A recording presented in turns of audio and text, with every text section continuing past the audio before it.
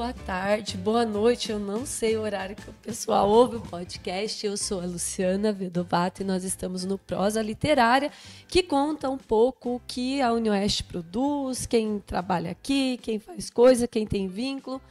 Vocês vão ver que eu tô rouca, que eu não, quase a voz não tá saindo. Estou falando um pouco mais alto para conversar aqui hoje com a queridíssima, maravilhosa, estrela, cheia de brilho, professora Silvana. Professora, eu vou falar bom dia porque é de manhã. Bom dia, professora Silvana. Bom dia, Luciana. Muita alegria estar aqui. Nossa, que a alegria é nossa. E a professora Silvana Souza veio aqui compartilhar conosco. Olha, semana passada foi o Love que veio, essa semana é ela. Olha só, como diria a professora Dilson, todo mundo escritor, todo mundo publicando autógrafos, noites de lançamento. E hoje a professora Silvana veio aqui lançar, é a segunda edição, né? Segunda edição. Segunda edição deste maravilhoso livro aqui, eu vou mostrar aqui, olha, Gestão Escolar Compartilhada, Democracia ou Descompromisso, tá aqui, tá lá, eu tô nessa hoje, nós trocamos aqui. E ela veio falar sobre isso, mas nós vamos já, assim, seguindo aqui o nosso roteiro, perguntar um monte de coisa. Primeiro, Silvana, né? Eu não chamo ela de professora Silvana no dia a dia. Sim. Como que você chegou até Foz? Você é de Foz, você mora aqui, você sempre trabalhou na UniOeste. Eu sei que você já, né, terminou assim o trabalho na graduação, mas você sempre trabalhou aqui na UniOeste. Como que é a sua história até agora? Bom, eu sou Silvana Aparecida de Souza, sou filha de um paulista e uma mineira que vieram para o Paraná naquele processo de colonização do norte do Paraná. Então, já deu para perceber que eu sou do norte, né? Porque tem o R, assim como você, né? Também o Fernando, quantos de nós aqui. Então, eu nasci em Maringá, no documento. Morei muito pouco tempo lá, só quando bebezinha, mas eu considero que eu sou de Cambira, porque é uma cidade próxima ali, entre Londrina e Maringá, que eu falo assim, Londrina e Maringá, Londrina e Maringá são a região metropolitana de Cambira. Com certeza, olha, Cambira é referência geográfica. Nossa, ninguém sabe onde é Cambira, mas enfim, eu sou embaixadora de Cambira para Foz do Iguaçu e oeste do Paraná. Prefeito então, sabe, eu cresci lá, estudei uma parte lá e uma parte em Apucarana, fiz o magistério no Nilo Cairo, em Apucarana, e inicialmente eu fui professora da rede municipal de Apucarana, né, de educação infantil, alfabetizei, foi a minha primeira experiência. Acho um pouco trágica, porque na época eu fiz o concurso, eu tinha 17 anos, que uma pessoa com 18 anos, ainda sem curso superior, seja colocado de cara numa sala de alfabetização, e isso ainda acontece no Brasil. É muito triste que as pessoas que têm menos experiência, né, e menos formação vão trabalhar com as crianças pequenas, que é onde exige mais conhecimento pedagógico. Mas então eu fui vítima disso e trabalho muito, muito com essa informação o tempo inteiro. E aí, como filha de professora, minha mãe era professora municipal, aliás, professora estadual, daquelas professoras leigas ainda, que tinha a quarta série e era colocada para dar aula, que daí fez o magistério. Sala muito seriada, sala muito né? seriada, com questão de também assim fazer aquele magistério que foi feito depois para esses professores leigos, um programa chamado Logos.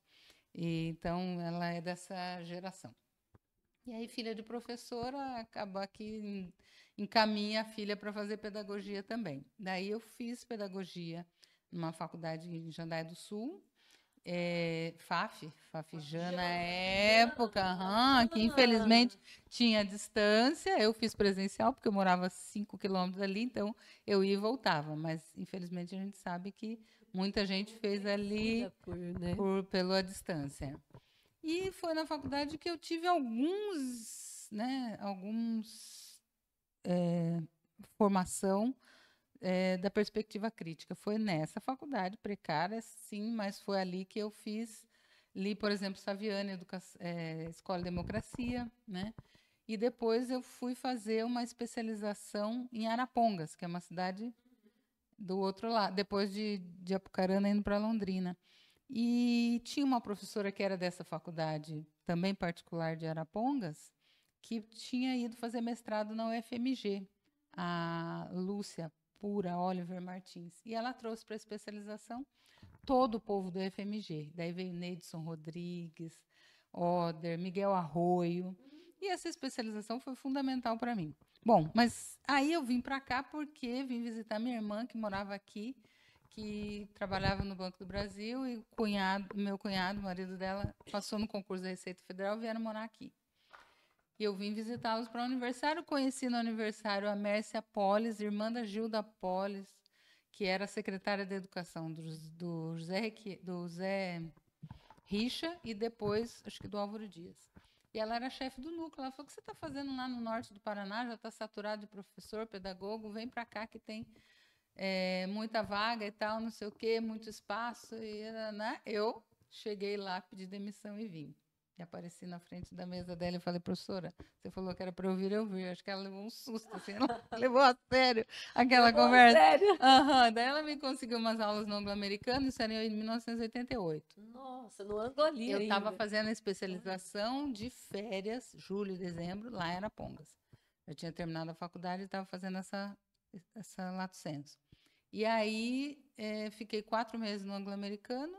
89 você 88. veio? 88. Estavam recém-inaugurando, então, a usina. Sim, ainda era daquele tempo que tinha um ônibus da Itaipu, que buscava os professores, que levava lá no anglo-americano, que tinha um ônibus com o inspetor de aluno dentro.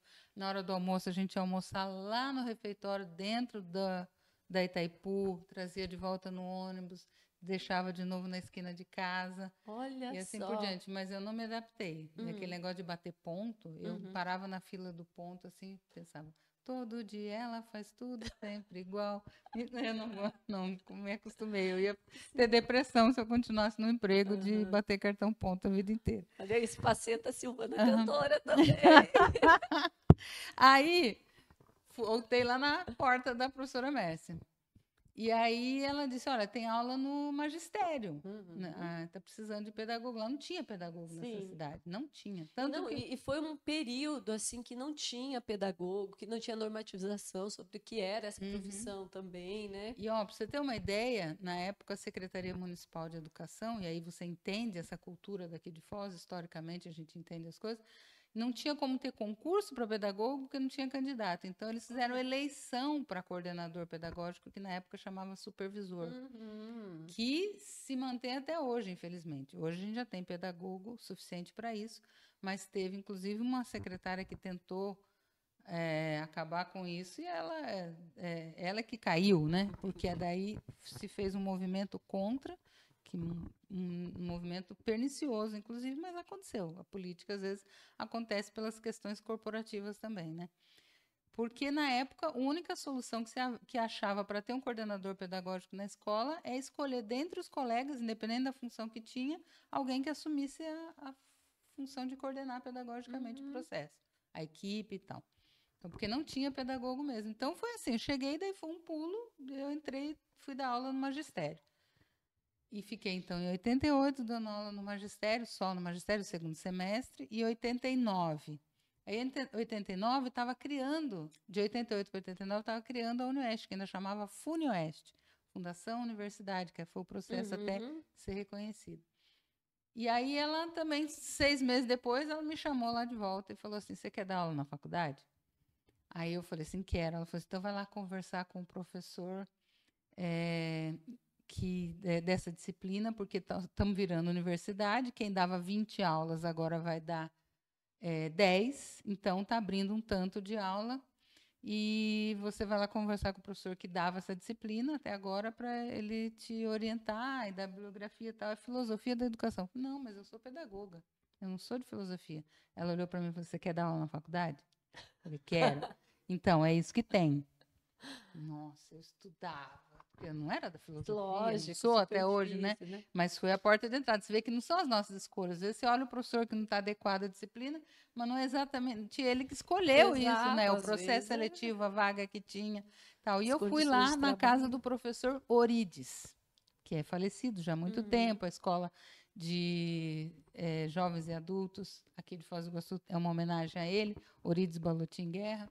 Eu fui lá naquela casa maravilhosa do Orides, uma biblioteca enorme, ele me deu uma pilha de livros assim, mas esse aqui é o teu básico. E eu levei para casa e fui estudar de dia para dar aula à noite. A sorte que era só 4 aulas por semana.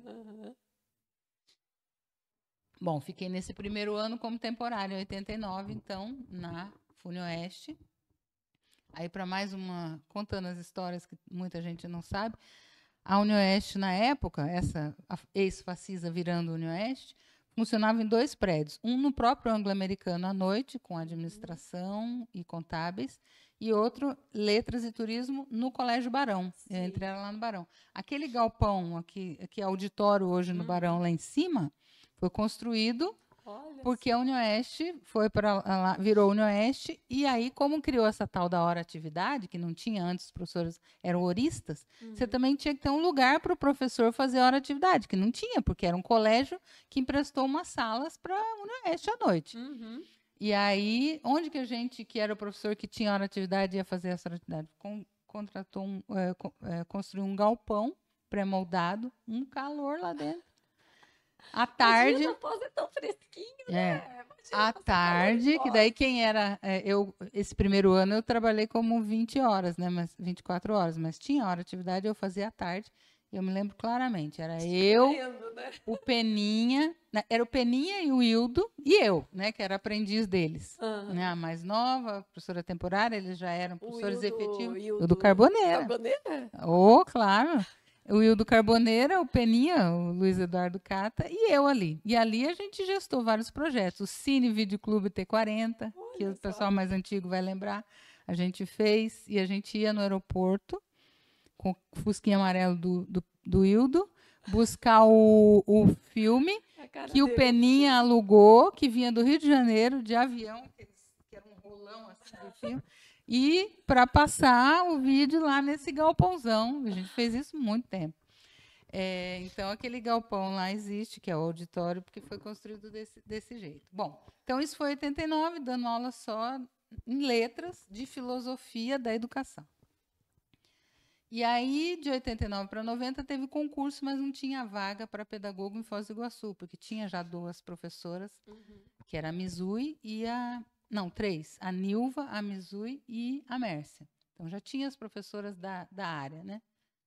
A vaga que eu fiz concurso era em Marechal Cândido Rondon. Então, eu fiz, passei em segundo lugar. A primeira foi a Norma, que depois virou pró-reitora, depois diretora da União América, que depois se aposentou da UniOeste. E aí eu fui chamada e assumi o concurso em Marechal Cândido Rondon. Em Marechal? Você morou em Marechal? Marchei em 1990. Olha, morei lá, 1 ano.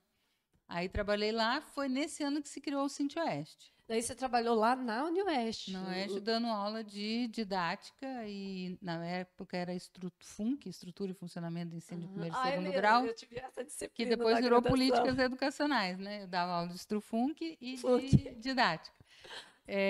Em Educação Física, em História e em Letras. Em Letras, que são no Seychelles. E aí criou-se o Cinti-Oeste. Eu fui da primeira diretoria provisória do Cinti-Oeste. Você vê, a professora recém-concursada, não era estabilizada, e fui da primeira diretoria do Cinti-Oeste, provisória, e depois da primeira diretoria eleita no cargo de secretária-geral.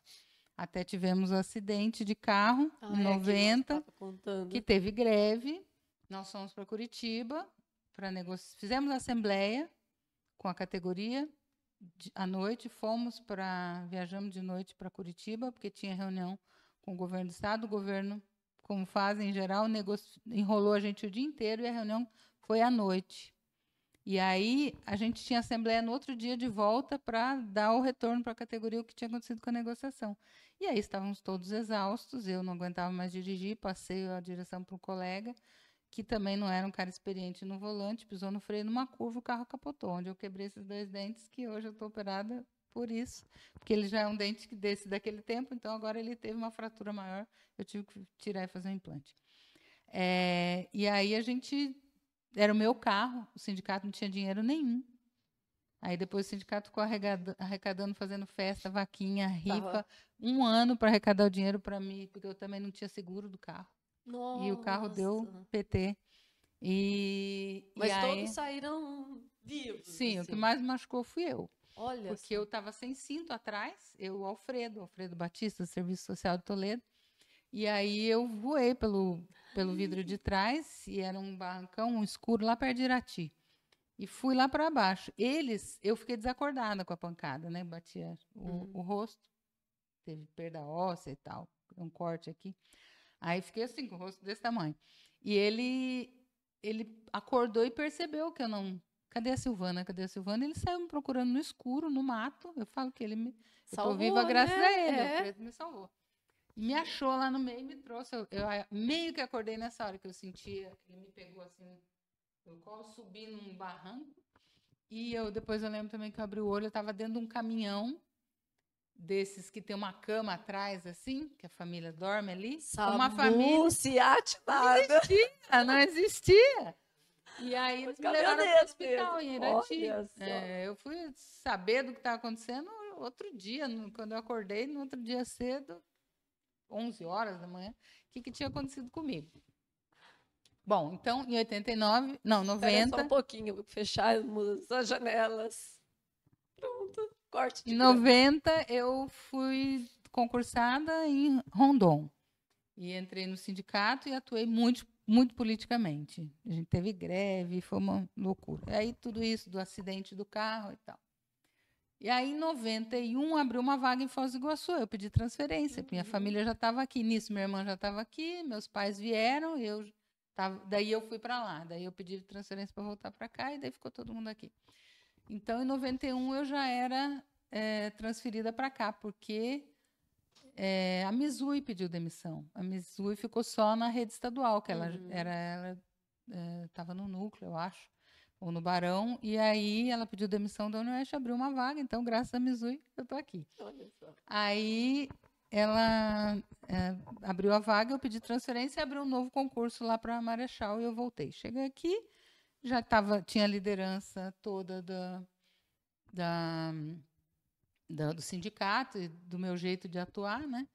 E aí acabou tendo a eleição, na época tinha função de diretor e vice. Eu acho que eu tinha mais liderança que o cara que escolheram para diretor, depois mostrou o que aconteceu, mas enfim, tem um machismo estrutural hoje, imagina 30 anos atrás. Nossa. Fiquei de vice. A chapa entenderam que era melhor eu entrar de vice, e aí eu fui vice-diretora do campus, mas foi um processo muito traumático e trágico, porque teve um punhado de coisas, de irregularidades, né, que ele cometeu, fizemos a denúncia, e ele foi demitido, a bem do poder público, do cargo de diretor, do cargo de professor. Né? Mas muitos anos depois, né? Claro, porque o processo é demorado e desgastante. A gente estava falando dos desgastes emocionais. Isso foi um desgaste tremendo para mim. Aí, na época, eu, desgastada por esse processo, ganhou a eleição do Brandino, que era do MDB, igual esse grupo que estava no governo, que era Requião, a Mércia Polis, que era chefe do núcleo.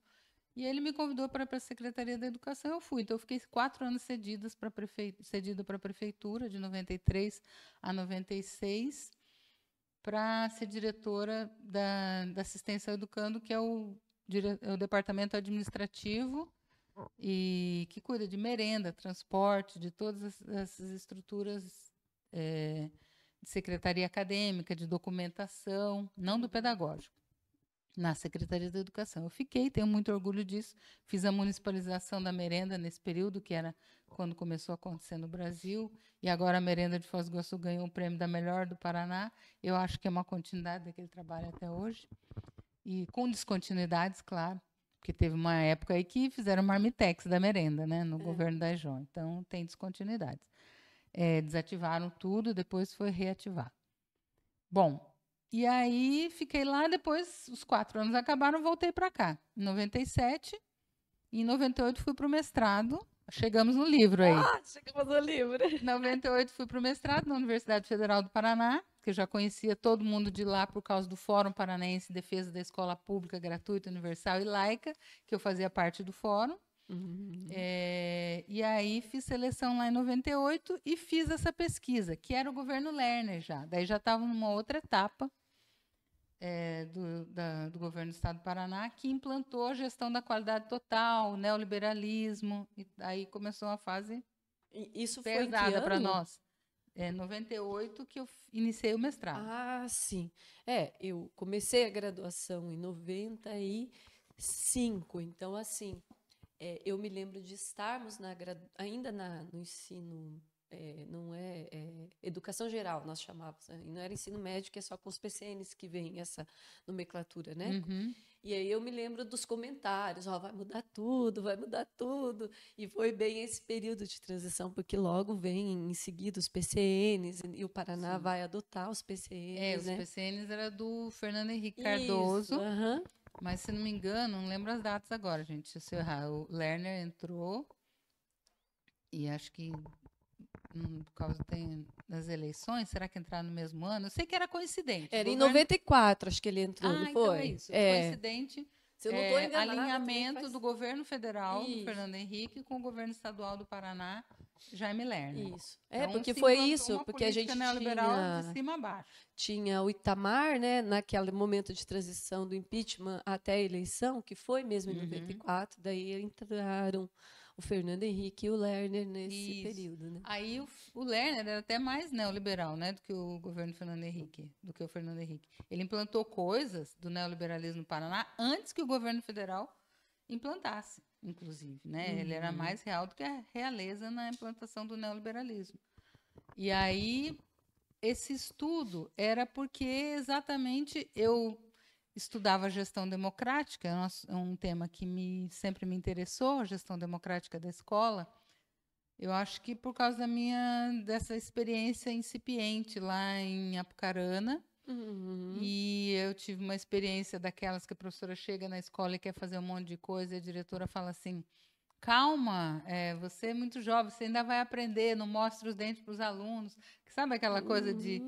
e aí isso me ficou, quer dizer, eu não podia fazer, né, os projetos que eu queria usar a criatividade, a coisa, e não podia. Então, a gestão democrática me incomodava, que a escola não era exatamente democrática. E como eu te falei, dos primeiros livros que me abriu, o primeiro livro que me abriu a cabeça para isso foi Escola e Democracia, né?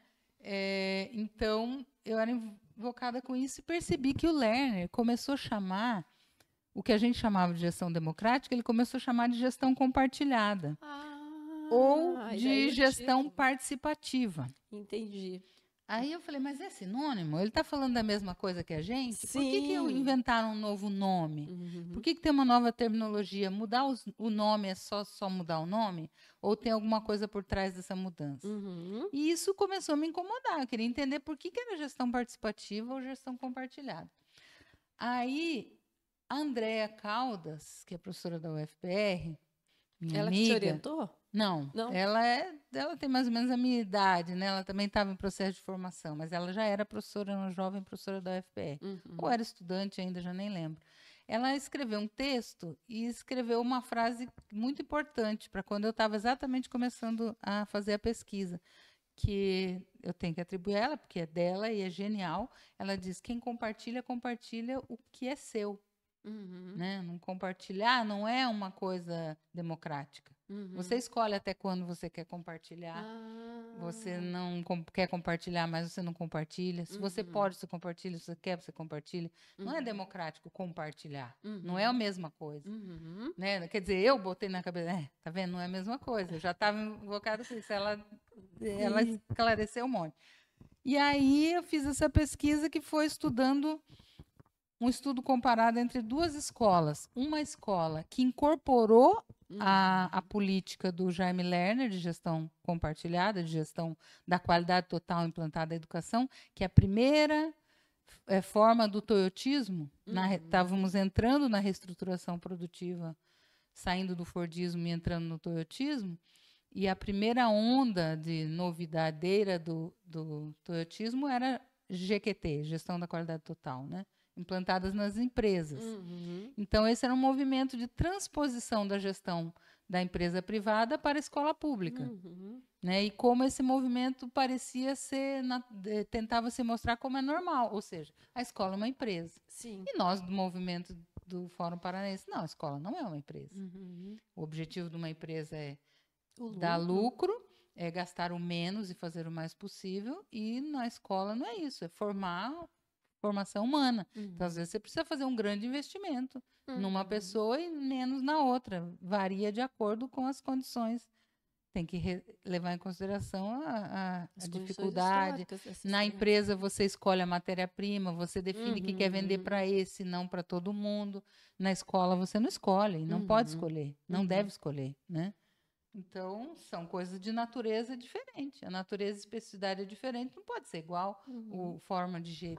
Então, faz parte desse movimento. Aí, escolhi uma escola que incorporou o projeto do Jaime Lerner, uma escola que resistiu.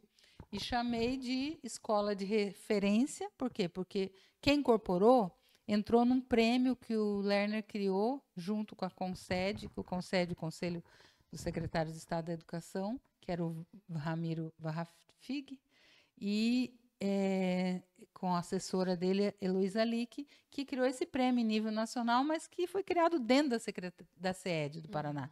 Porque a equipe que dirigiu o CONSED era a SEED, né? Então, a Secretaria de Educação do Paraná, naquela gestão. E aí, eles criaram um prêmio chamado Prêmio Nacional de Referência em Gestão Escolar, que era pura gestão da qualidade total. Metas, os 5 S's, aquela coisa toda. Então, eu chamei essa escola de referência e a outra de resistência. E comparei as duas e percebi o quê? Que na escola de referência, que incorporou, o forte era a PM. Que a PM foi criada historicamente para arrecadar dinheiro para as crianças pobres, quando não tinha merenda escolar, quando não tinha uniforme, não tinha, ia para a escola descalço, etc. Então, sempre esteve muito ligado com a questão econômica, da manutenção depois da escola, tem CNPJ, tem conta bancária. E a escola de resistência, o forte era o conselho, que tem poder deliberativo, inclusive sobre as questões pedagógicas, que em tese está acima do diretor, porque ele que delibera, o diretor é executivo das deliberações do conselho. Isso se o conselho funciona democraticamente. Né? E aí fui fazendo análise comparativa, e aí por isso o título do livro, Gestão Escolar Compartilhada, democracia ou descompromisso? É uma pergunta. A resposta é que é descompromisso, porque tratou-se, na verdade, de uma estratégia de transferência da manutenção físico-financeira da escola para os ombros da comunidade.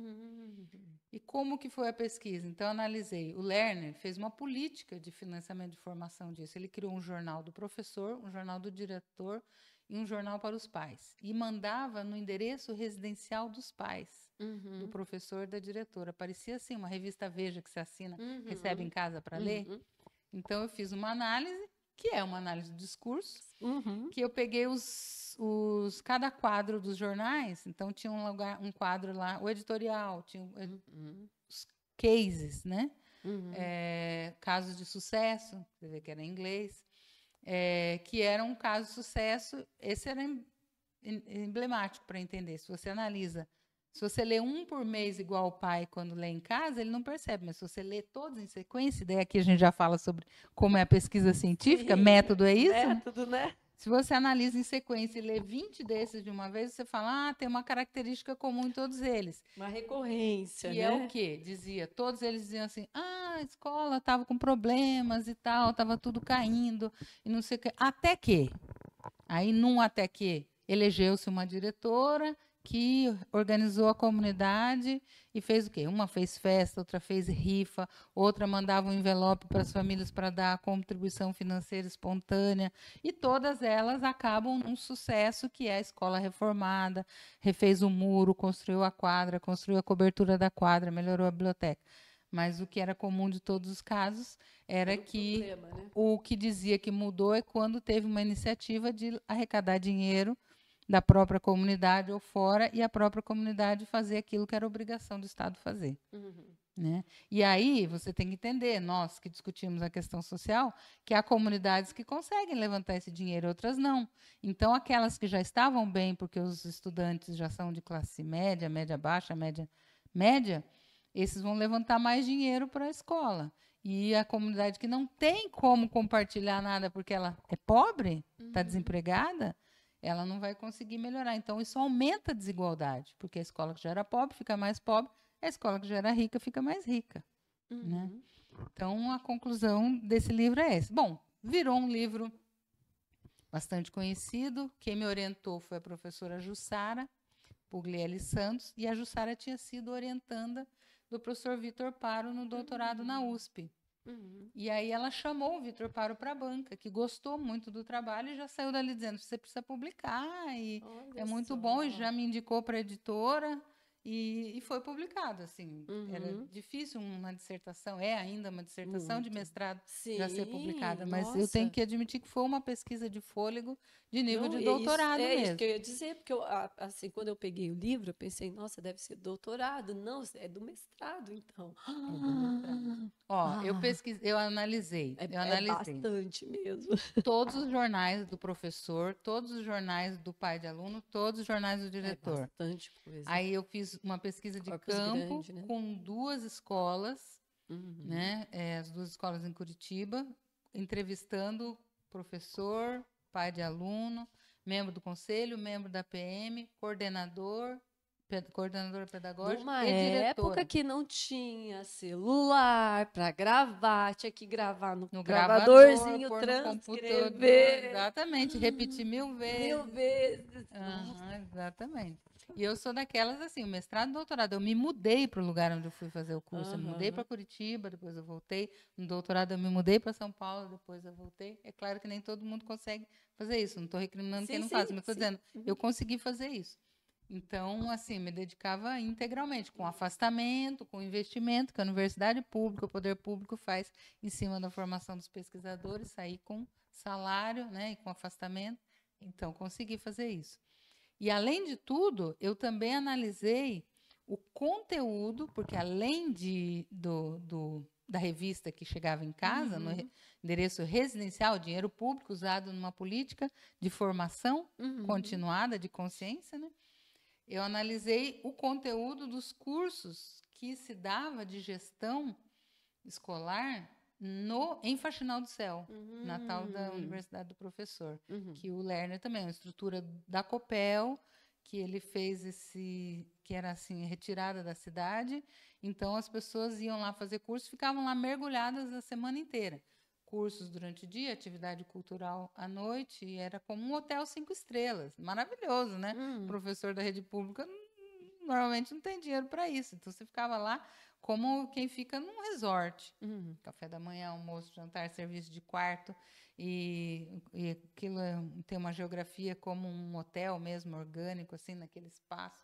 Eu nunca fui lá, mas eu já vi as imagens.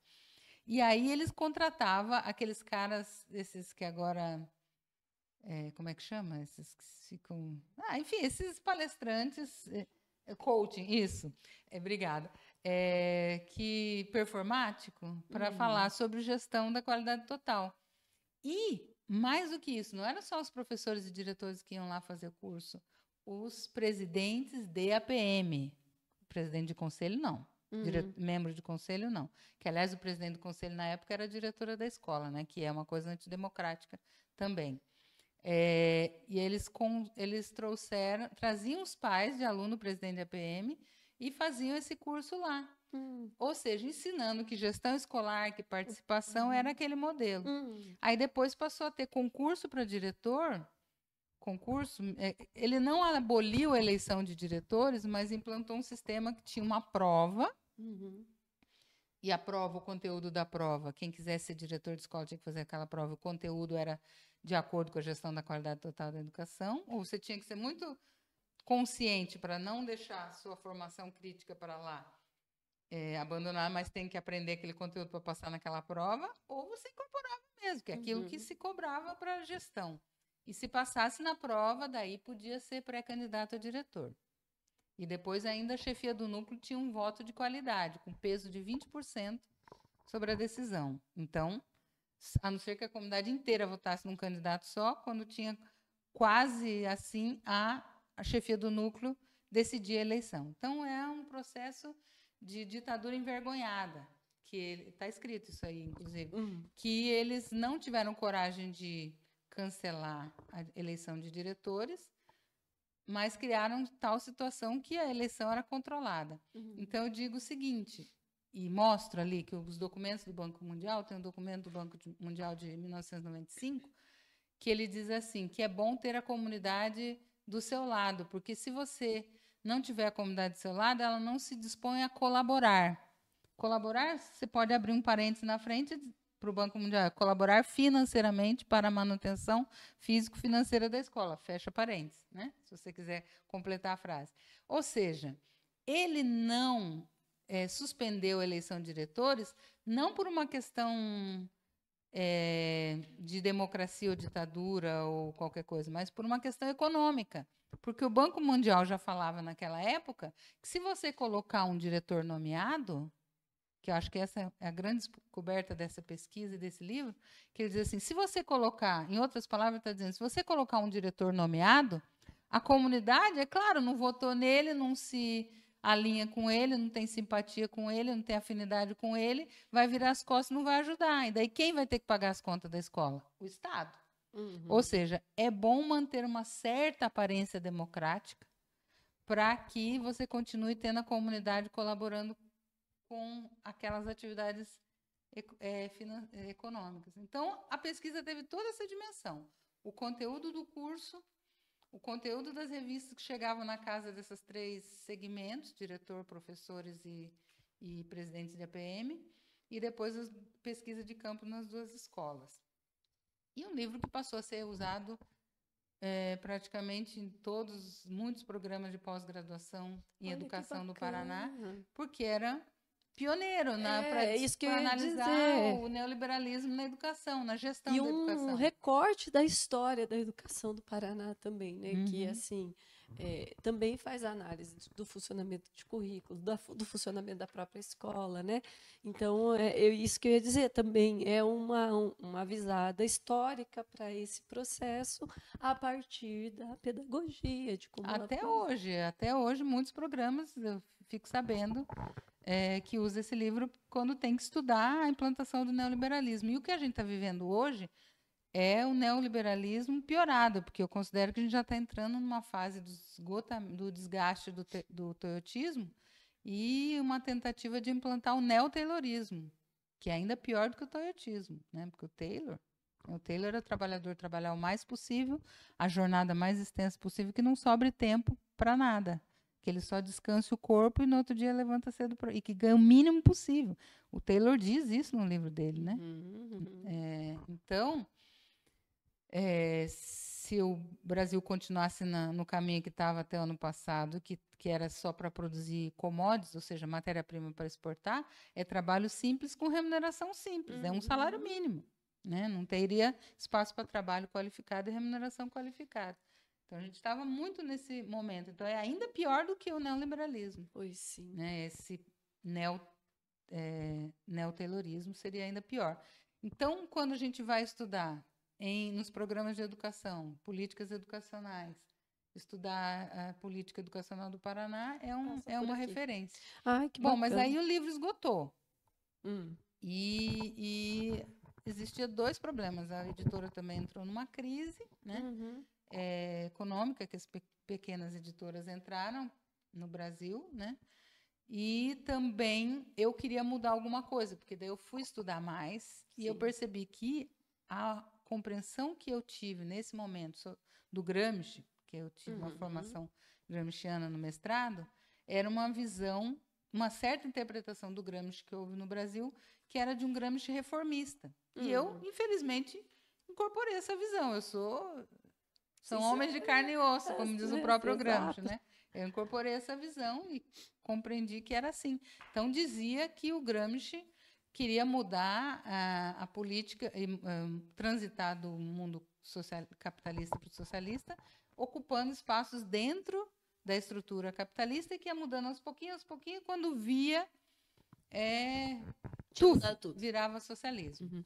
Bom, mas a própria realidade foi mostrando para a gente. Se eu tivesse estudado mais o golpe de 64, também já teria entendido isso, que não era possível, porque ali era isso, né? Era um governo progressista, o João Goulart, que sofreu um golpe só por isso, só porque tinha alguma política pública para o povo mais pobre, né? Não mais que isso, não tinha nada a ver com o socialismo. Mas o capitalismo, se ele pode, ele não permite sequer isso. Ele só dá essas concessões quando ele é obrigado. Uhum. Aí já era depois do fim da União Soviética. O capitalismo não tinha mais concorrência no planeta, vamos dizer assim. Então, o capitalismo no neoliberalismo passa a ser ele mesmo, né? Com suas próprias regras.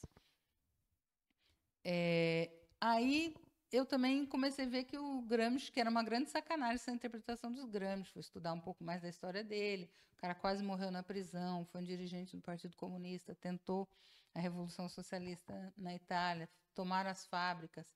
Mas ele escreveu criptograficamente porque ele estava preso. Então, ele tratou da cultura porque ele achou que as condições materiais já estavam dadas e, mesmo assim, a Revolução não deu certo.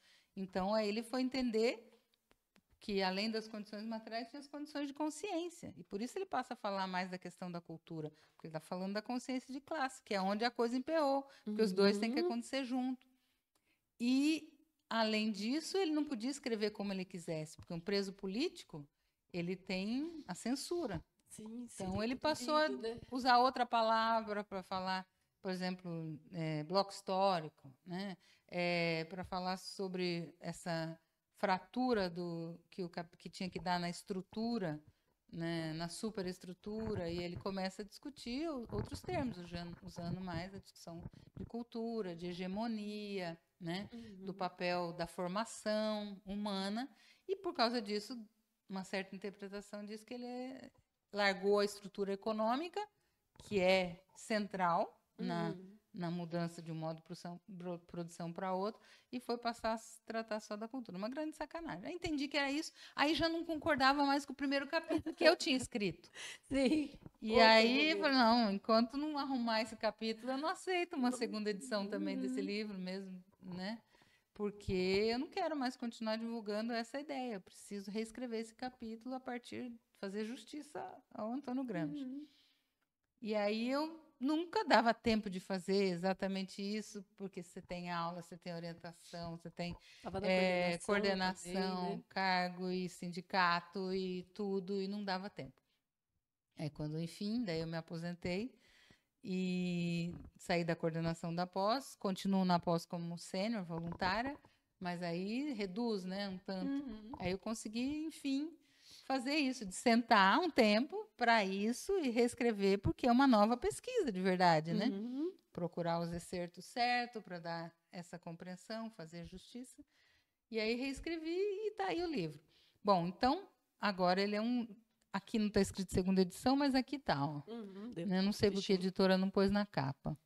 Então, já é um livro cujo financiamento da publicação foi feita pelo programa de pós-graduação, Sociedade de Cultura e Fronteiras, onde eu continuo vinculada, com o dinheiro do PROAP, da época, né? Então, está aqui tudo.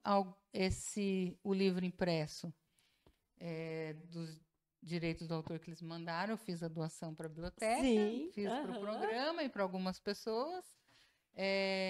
E o livro, e o legal é isso, ele está disponível online gratuitamente pela editora Pimenta Cultural. Então, você entra no site da editora, tem lá livros gratuitos, você consegue baixar o PDF no seu computador, mandar para outra pessoa por WhatsApp, divulgar. Então, com isso, eu considero que, né, agora se pode acessar facilmente, mesmo sem ter que comprar. Isso é muito importante, só é possível graças à universidade pública, gratuita, universal, laica, porque permite isso, né? No sistema privado, que só o mercado e só o lucro é que interessa, isso não aconteceria, né? E eu acho que a grande sacada também, além de ajudar a publicação de um modo geral, né, circular, é que as pessoas conheçam a universidade, porque antes, quando os livros eram só consumidos, né, ao publicar, eu não vou comprar esse livro, eu não vou, não é totalmente do meu interesse, eu não vou.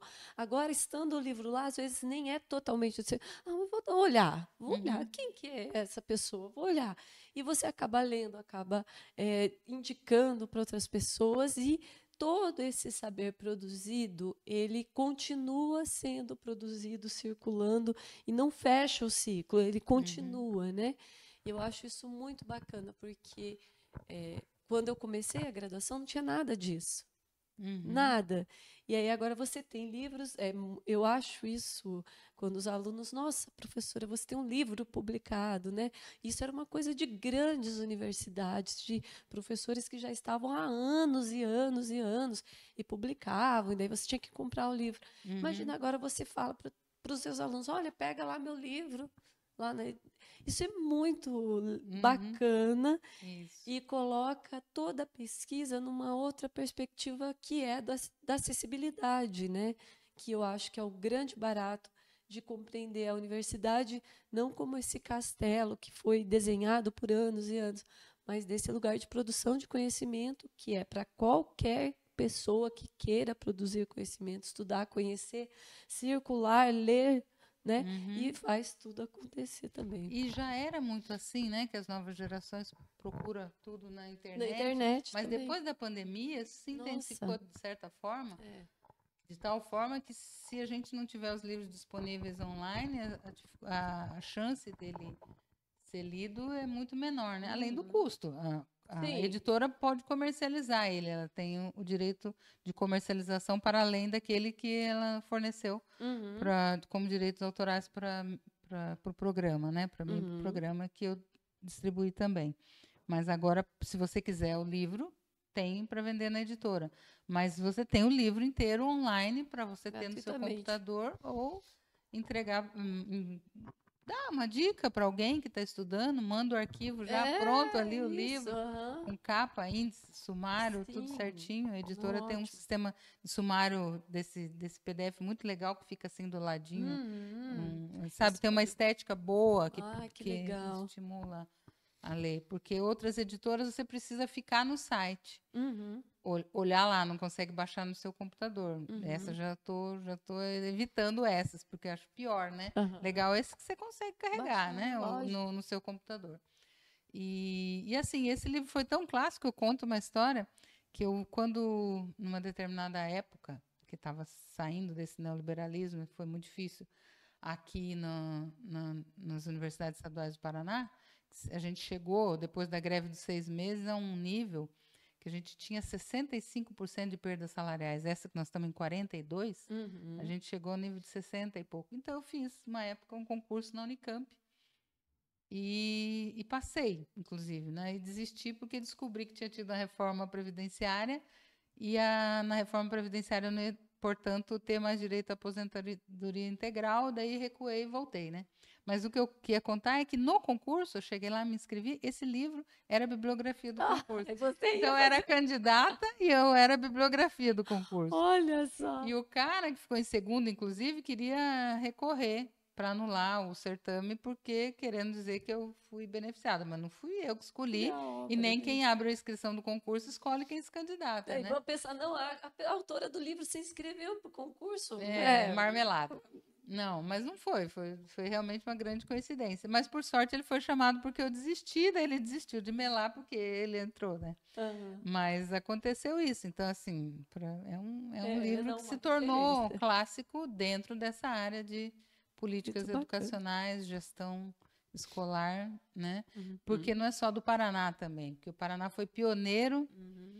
Eu falo que é a vanguarda da retaguarda, né? Porque o pioneiro do pior, né? Assim como Minas também foi.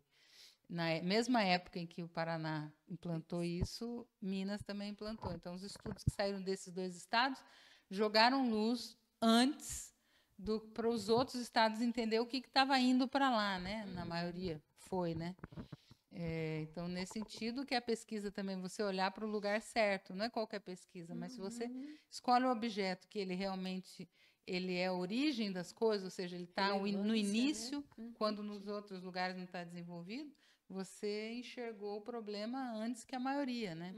Então, tem essa característica. Muito legal, Silvana. Nós agradecemos muitíssimo essa conversa. Já ficamos sabendo um pouco mais de você e da sua relação com a própria cidade mesmo. Olha, eu não sabia que você tinha chegado aqui tão jovem, né? Muito jovem, com 21 anos eu já era professora do ensino superior. Você veja. Imagina, eu era na época a professora do ensino superior mais jovem do Paraná. Olha aí, tá vendo? Pioneira em várias frentes, então.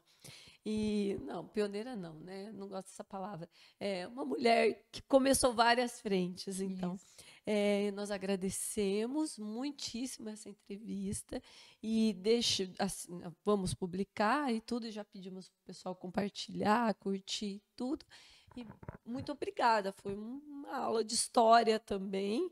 E quem quiser, nós vamos colocar lá depois, mas está na Pimenta Cultural, essa aqui é a obra, né? Quem quiser conhecer um pouco mais, ler, vai ficar disponível lá então. A gente vai pôr o link também, né, Alex? Então, tá bom. Muito obrigada. Eu que agradeço, muito bom. Na próxima eu conto daí da criação do curso de pedagogia, que hoje nem deu então tempo. tá bom. Então tá bom. Então tá, joia. Obrigadão, tá? Beijo. Ai, Alex, siga as páginas da UniOeste nas redes sociais, Face, Instagram, YouTube, todas elas. O Spotify também, que é onde nós colocamos.